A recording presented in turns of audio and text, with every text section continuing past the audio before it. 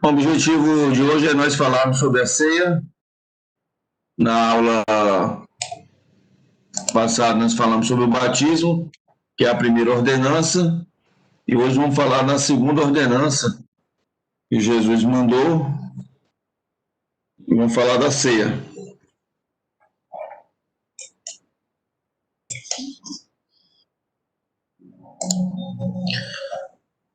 Então, mesma pergunta que eu fiz na última aula, né?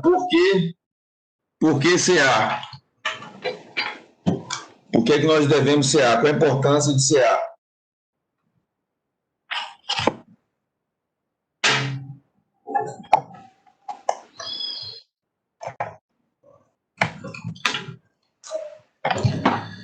Bom, então Paulo faz um convite para que o imitemos, né? Assim como ele imitou a Cristo.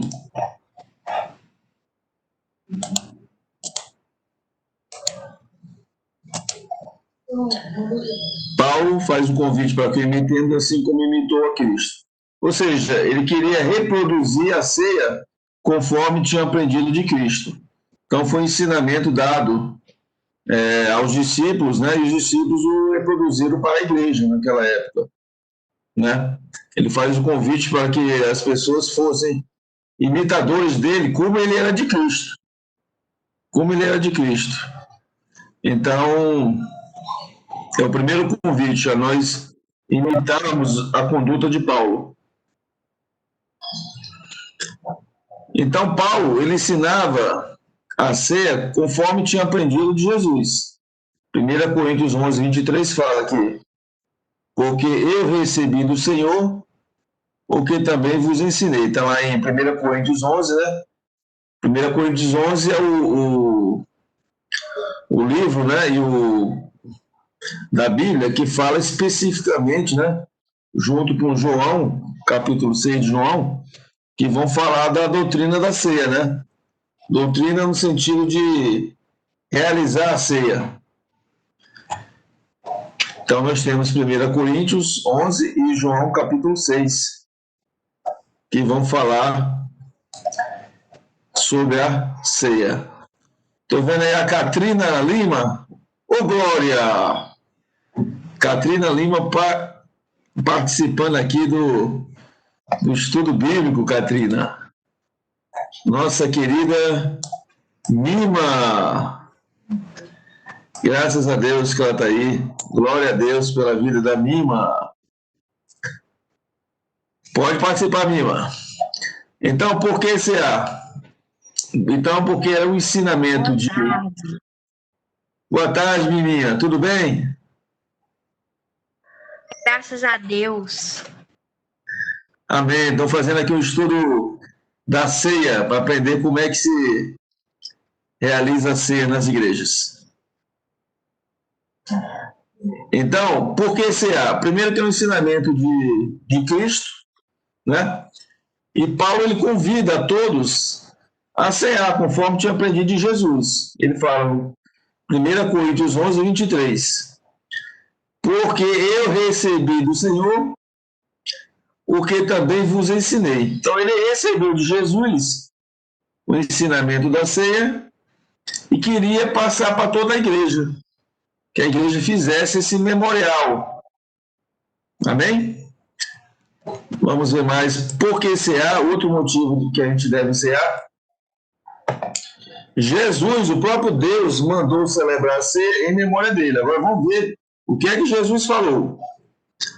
Porque eu recebi do Senhor, que também vos ensinei, que o Senhor Jesus foi traído, tomou o pão e, tendo dado graças, o partiu e disse: tomai, comei, isto é o meu corpo que é partido por vós.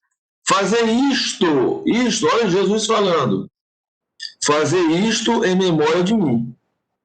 Então, é o quê? É uma ordem de Jesus para celebrar a ceia, né? A gente celebra a ceia, né? Na católica é a Eucaristia, né? É a hóstia, é a ceia, é disso que estamos falando. Na missa tem a Eucaristia e nos evangélicos nós temos o quê? a celebração da ceia. Então, o próprio Jesus mandou fazer isto, ó. Fazer isto em memória de mim. Então, primeiro por que nós devemos cear? Para nós sermos imitadores dos discípulos de Jesus, do apóstolo Paulo. O apóstolo Paulo pediu para a igreja imitar ele, conforme ele imitava Cristo.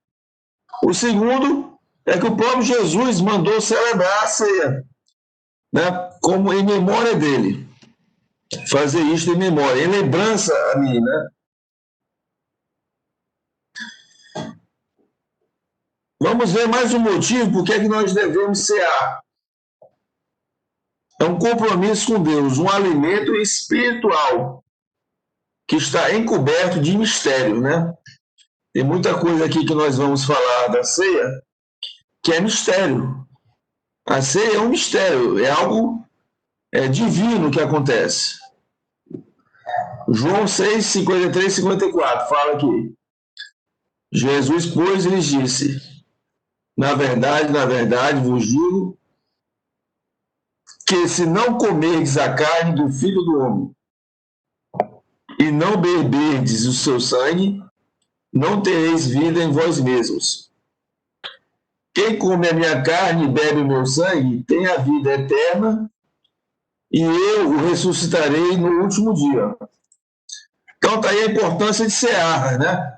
Que Jesus nos convida a cear, para que nós fiquemos na presença dele e possamos aguardar a ressurreição com ele e a volta de Jesus. Então, quem não ceia, né, quem não compartilha do vinho, do pão e do vinho, né, quando eu falo vinho, refiro-me ao suco de uva, né, e já na igreja, da igreja católica, é a Eucaristia, que está ali dentro, representa ali o pão e o vinho, né? Quem não se alimenta deste alimento, né, a própria palavra diz aqui, que não tem vida em vós mesmos. Então, a importância de a gente que acredita em Jesus, da gente estar ceando com ele. Então, quem não está ceando com Cristo, está perdendo essa oportunidade de encontrar com Cristo e ter acesso à vida eterna. Então, esse é talvez o maior motivo, né? É se encontrar com Cristo através da ceia. É um encontro com Cristo. Então, cada vez que se ceia, se tem um encontro com Cristo.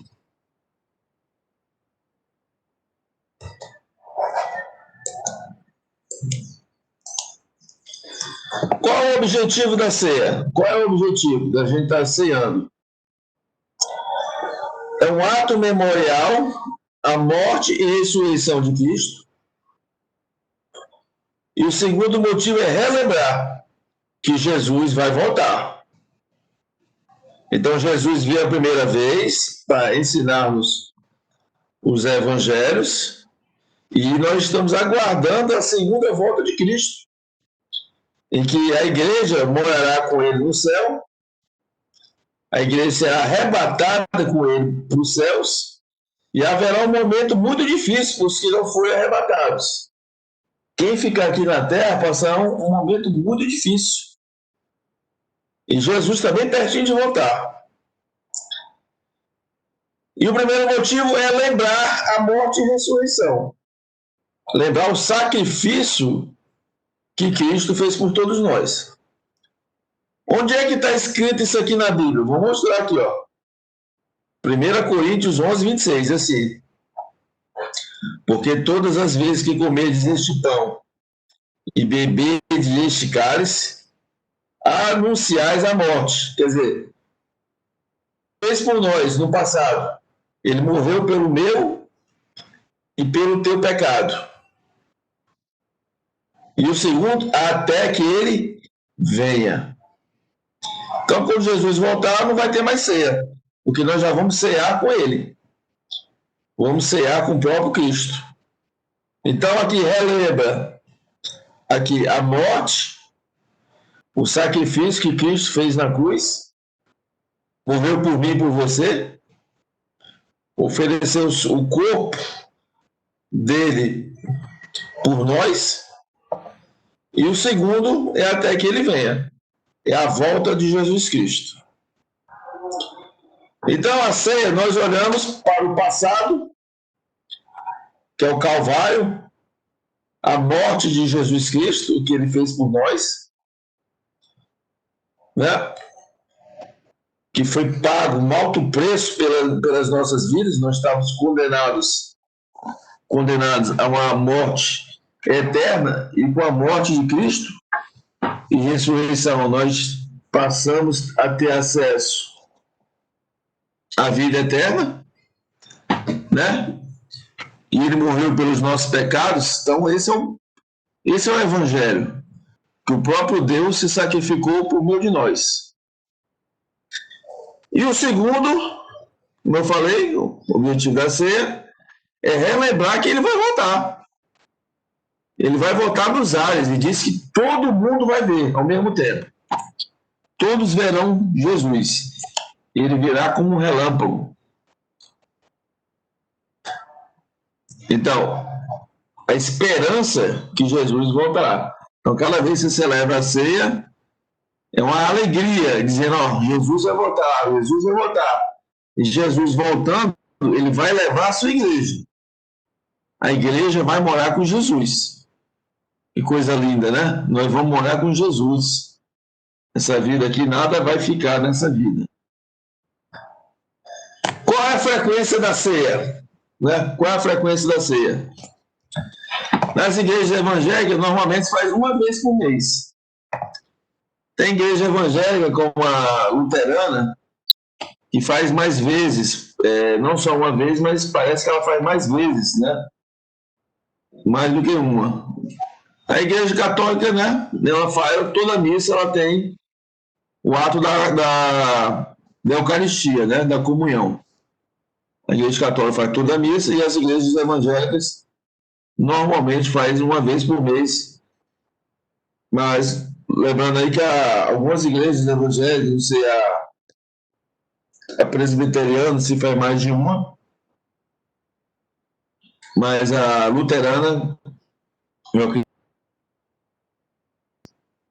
tá bom? Então a Bíblia ela não fechou, ela não disse quantas vezes por mês nós devemos fazer a ceia, deixou em aberto, tá bom? Vamos entender agora os elementos da ceia. Os elementos da ceia é o pão, né? E o vinho. O pão representa o corpo de Cristo, e o vinho simboliza o sangue de Cristo, tá? Quando eu falo vinho aqui, entenda-se suco de uva. Suco de uva. Palavra que dá referência a isso que eu estou falando, é Mateus 26, 26, 28, diz assim: enquanto comiam, Jesus tomou o pão, deu graças, partiu e o deu aos seus discípulos, dizendo: tomem e comam, isto é o meu corpo. Isto é o meu corpo. Em seguida, tomou o cálice, deu graças e ofereceu aos discípulos, dizendo: bebam dele todos vocês. Isto é o meu sangue da aliança, que é derramado em favor de muitos para o perdão de pecados. Então, o pão simboliza o corpo de Cristo, e o cálice, né, onde estaria aqui o vinho, representa o sangue da nova aliança. Tá bom? Mas aonde está dizendo que o vinho estava no cálice? Aqui fala do cálice, né? Então, se você pegar o contexto de 1 Coríntios 11, diz assim: de sorte que quando vos ajuntais no lugar, não é para comer a ceia do Senhor, porque comendo cada um, toma antecipadamente a sua própria ceia. E assim um tem fome e o outro embriaga-se. Nesse contexto aqui, o apóstolo Paulo estava falando o quê? que as pessoas, quando se reuniam para a ceia, né, muitas delas iam lá para comer mesmo pão. Então, elas estavam com um propósito errado de comer o pão e beber o vinho. Estava perdendo o significado da ceia. Que a ceia é para celebrar a vitória de Cristo na cruz e para esperar a volta de Cristo. Então, tinha muita gente que estava confundindo. Ia para lá para comer mesmo o pão e beber o vinho. E quando ele fala embriaga-se, dá a entender aqui que o que tinha mesmo lá no cálice era o vinho. Né? Porque ninguém se embriaga com suco de uva, né? Mas se embriaga com vinho. Então dá a entender aqui que a ceia de antigamente era o pão e o vinho mesmo. Tá bom? Então aqui eu botei com o verbo embriagar. Dá a ideia de que era servido à época era o vinho.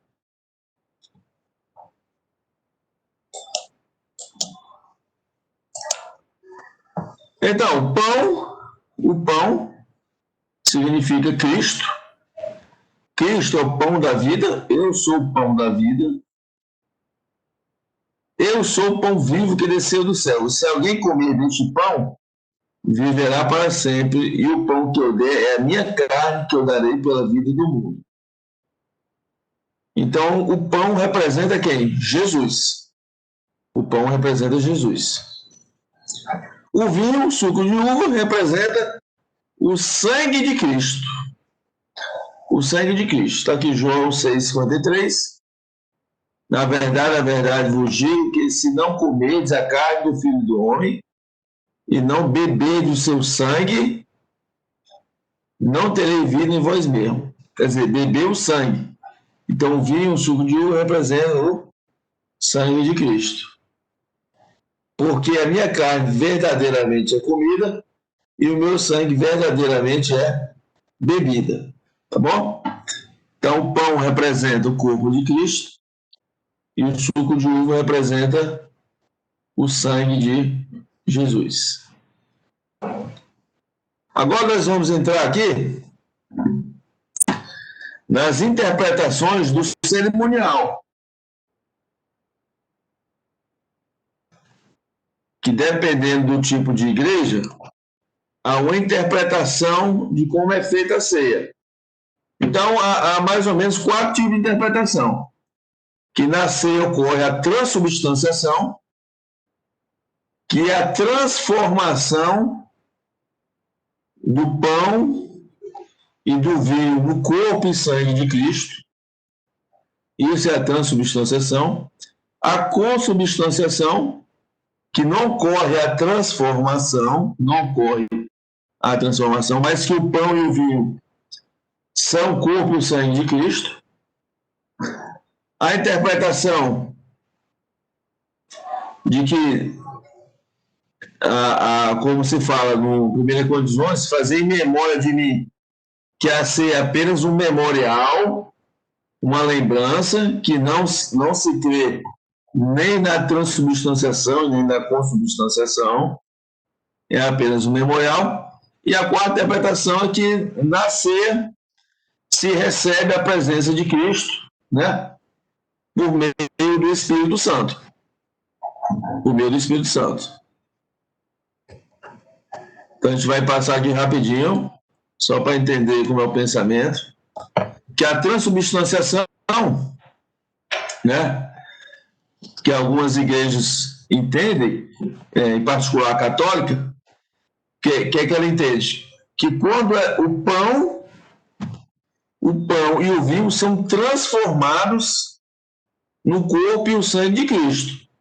Então, quando você come a Eucaristia, come a hóstia, Eucaristia não, come a hóstia, você está comendo literalmente o corpo e o sangue de Cristo. Essa é a interpretação.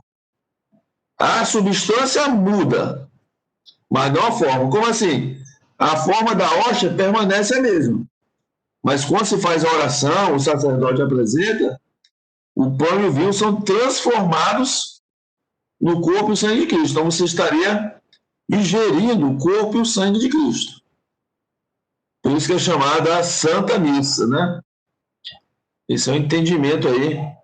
Então você come e bebe literalmente o corpo e o sangue de Cristo. Essa é a opinião da transubstanciação. Como houve aí a reforma protestante, então na reforma protestante se questionou isso da transubstanciação, e Lutero, né, quando questionou isso, apresentou o conceito da consubstanciação, em que não mais haveria a transformação do corpo e do vinho, ou a transformação do pão e do vinho no corpo e no sangue de Cristo, mas que haveria o quê? Que no pão e no vinho estaria ali o corpo e o sangue de Cristo. O pão e o vinho representariam diretamente o corpo e o sangue de Cristo, sem haver transformação. Então é parecido, só que não há a transformação.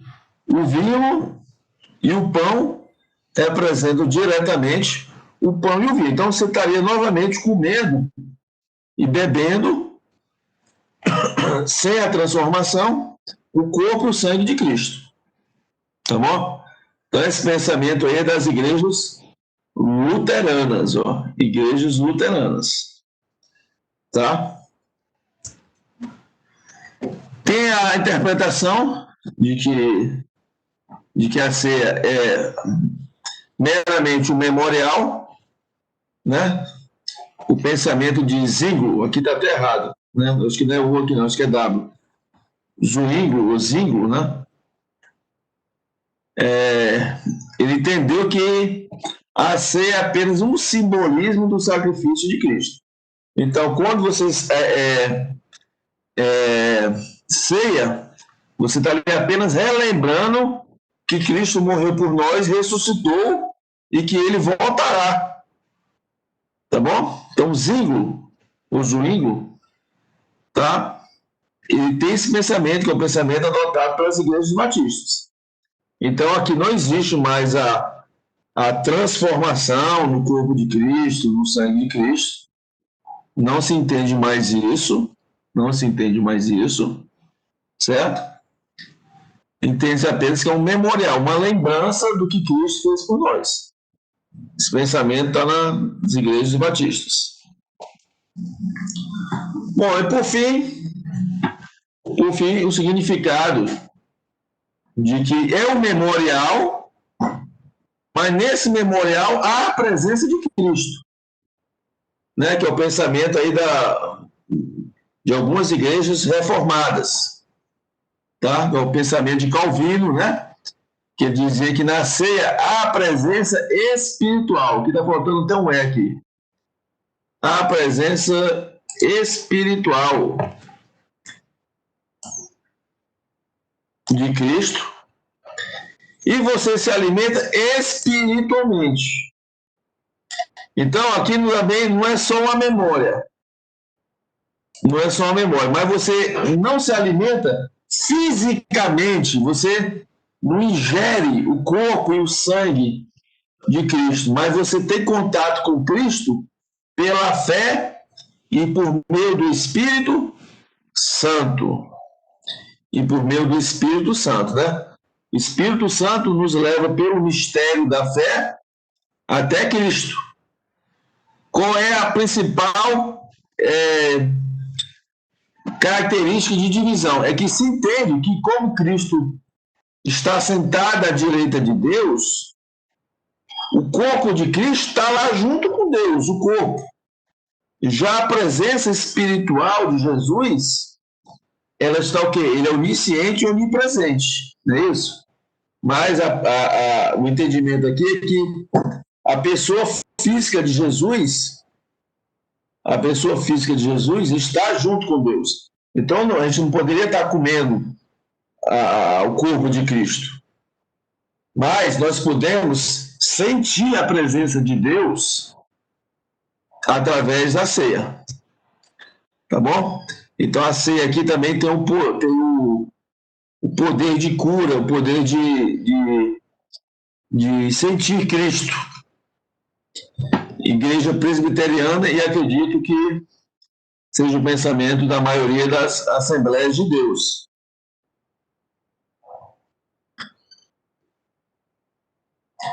Então, ainda sobre essa presença de Cristo na ceia, ela está escrita na Confissão de Fé de Westminster.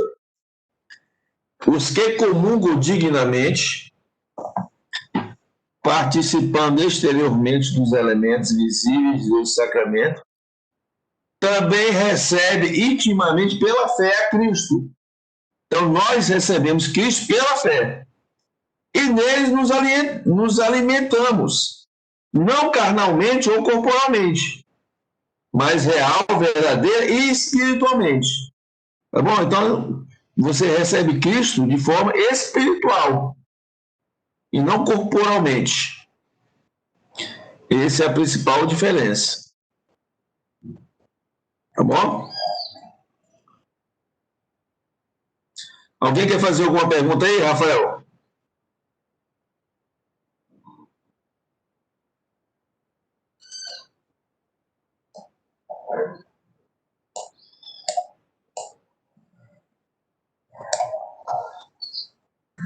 Fazer alguma pergunta, minha irmã?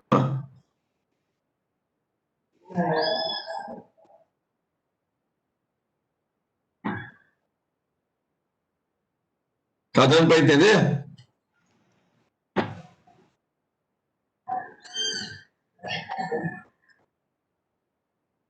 Vocês estão ouvindo? Sim. Não.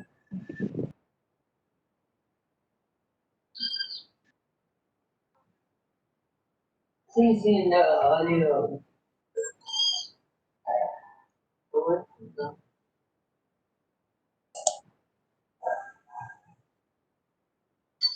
Vocês podem usar o canal do chat aí também, se não quiserem perguntar alguma coisa, tá?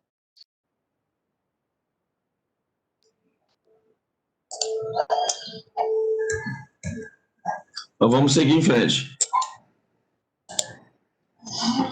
Agora, como participar da ceia? Como é que a gente tem que participar da ceia? Portanto, qualquer que comer este pão ou beber o cálice do Senhor indignamente, será culpado do corpo e do sangue do Senhor. Olha que coisa grave é, né? Cear. Então, você não pode cear de qualquer maneira, porque senão você será culpado. Será culpado. Então, antes de cear, você tem que fazer uma reflexão dos seus erros, dos seus pecados, né? Saber se está brigado com alguém, se você tem alguma coisa no teu coração, uma coisa pesada no teu coração, né? Para você, que você vai receber Cristo espiritualmente. Então, você não pode receber Cristo de qualquer maneira. Então, como Calvino fala, a nossa dignidade é a consciência da nossa indignidade. O que ele quer dizer com isso?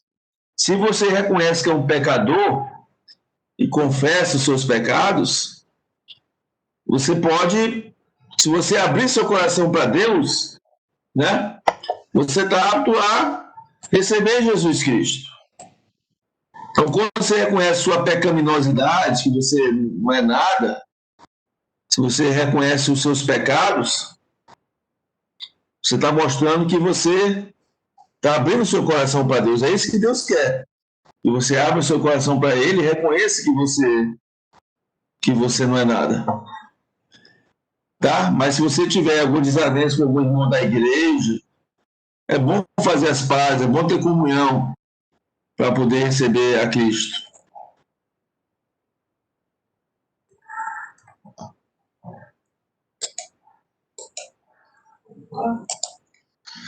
E essa análise não é feita pelo pastor. Não é o pastor que vai dizer, ó, você não pode cear. Essa análise é sua mesmo. Ó. Examine-se o homem a si mesmo. E assim como a deste pão e beba deste cálice. Então a análise de quem pode cear ou não é sua. A responsabilidade é sua. Tá bom? Então é sempre bom, antes de cear, pedir perdão a Deus, reconhecer os seus pecados, as suas fraquezas. Né? Você não pode chegar no culto de ceia, né? Ou numa missa aí, para quem é católico, e sair pegando o alimento e botando na boca de qualquer jeito. Não pode. É necessário ter um conserto com o próximo, com o próximo e com a si mesmo, consigo mesmo. Tá? Se consertar com Deus, e aí sim vai receber Jesus. Você não pode receber Jesus em pecado. Você tem que reconhecer o seu pecado. Então é uma coisa muito séria. A coisa é tão séria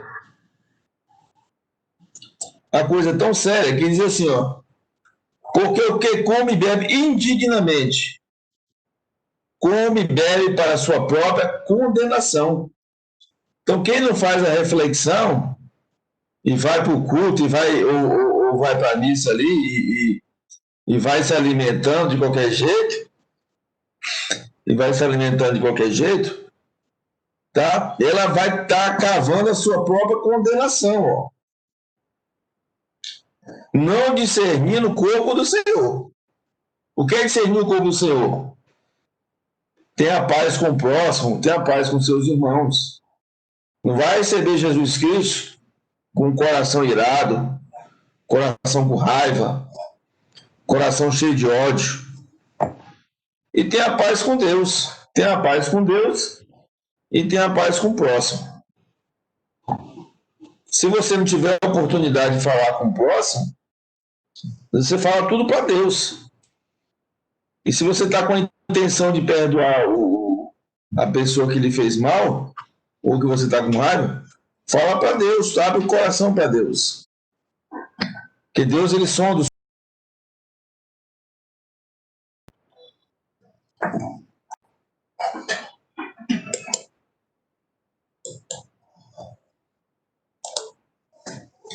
Então, falando ainda que a ceia é algo muito sério, né? Por causa disto, há entre vós muitos fracos e doentes. Cear de maneira errada, cear de maneira errada, causa fraqueza e doença espiritual. Então não pode cear de qualquer maneira, não pode. Não pode. Da mesma forma que a ceia ela faz ficar forte espiritualmente, ela até cura. Eu creio que durante a ceia você possa ficar curado, porque você recebe Cristo espiritualmente. Amém? Mas também ela pode levar para o outro lado, uma fraqueza espiritual e doença. Se você entra no culto de qualquer maneira, aquele culto você não sabe nem o que é que está acontecendo, está ali no WhatsApp vendo o resultado de jogo do Flamengo. Eu já vi gente assim na igreja, no meio do culto vendo o resultado do jogo do Flamengo, do WhatsApp, de não sei o quê. Não leva a sério o culto, pega o alimento, ingere, não sabe nem o que é que aconteceu ali no culto.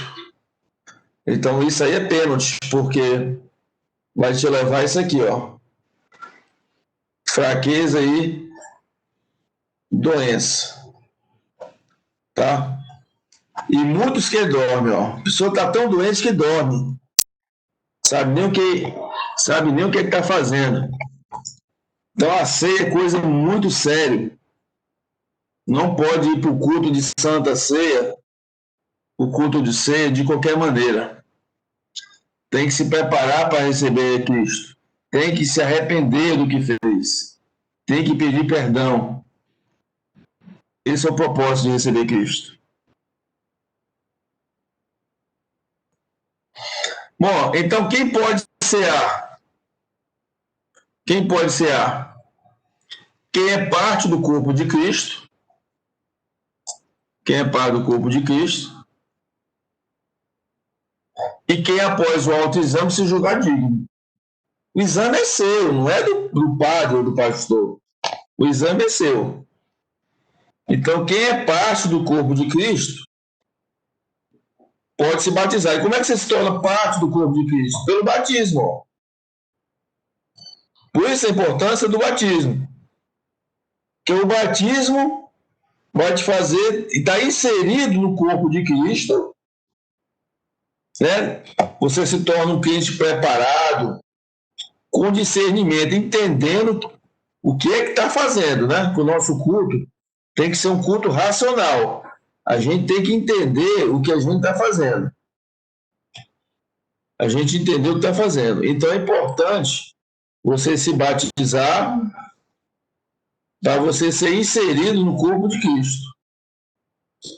Então, quem não é batizado, não ceia. Olha só, repete. Não pode cear na igreja evangélica quem não é batizado. Porque se você não é batizado, você não está inserido no corpo de Cristo. Assim como na igreja católica, só pode receber a hóstia quem faz a primeira comunhão, ou seja, fez um curso lá. Para entender o que é a hóstia. Então é muito sério a parte da ceia, não é chegar lá de qualquer maneira e sair comendo o pão e a hóstia não, o vinho não. E o segundo análise é sua. Não, se você acabou de entrar numa confusão, você não está se sentindo bem, está sentindo raiva, você está com alguma coisa no coração, não tem vergonha nenhuma você não cear naquele dia, você ceia na próxima oportunidade. Você está sentindo uma ira grande, você não perdoou, tem algo te incomodando no teu coração, então se acalma o teu coração, pede perdão, para na oportunidade certa você cear. É o autoexame, ó. O exame é seu. Você tem que estar digno perante a Deus. É claro, se você se reconhece como um pecador, você já está mostrando que você tem dignidade. Tá bom?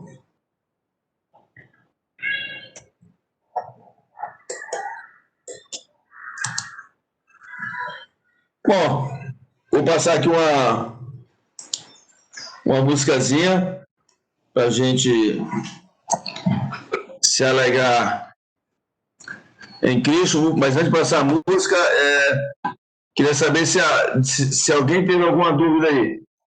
Rafael, deu para entender?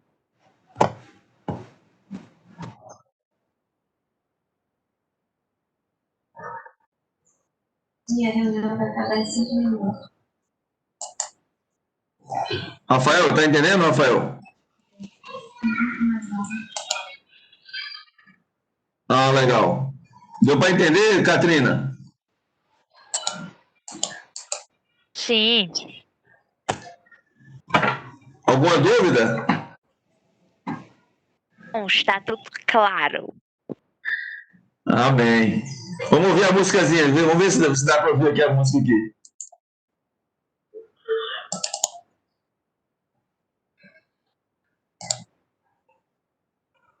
Vamos ver se dá para ouvir a música aqui.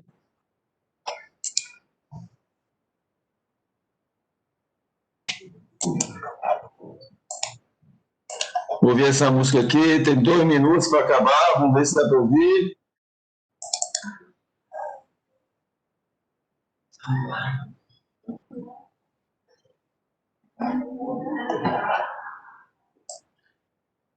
A música parece que sumiu aqui, tá aqui.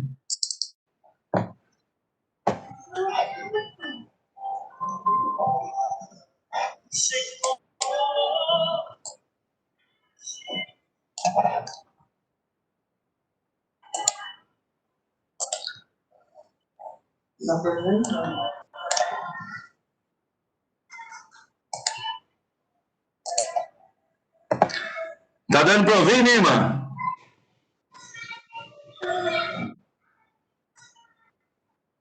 Não. Tá dando para ouvir a música? Não. Não.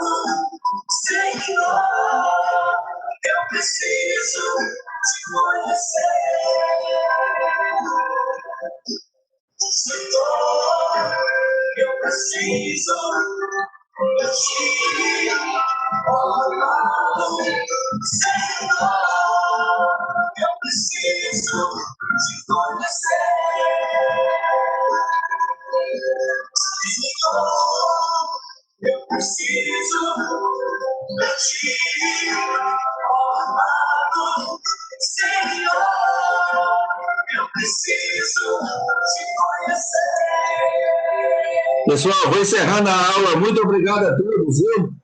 Deus abençoe.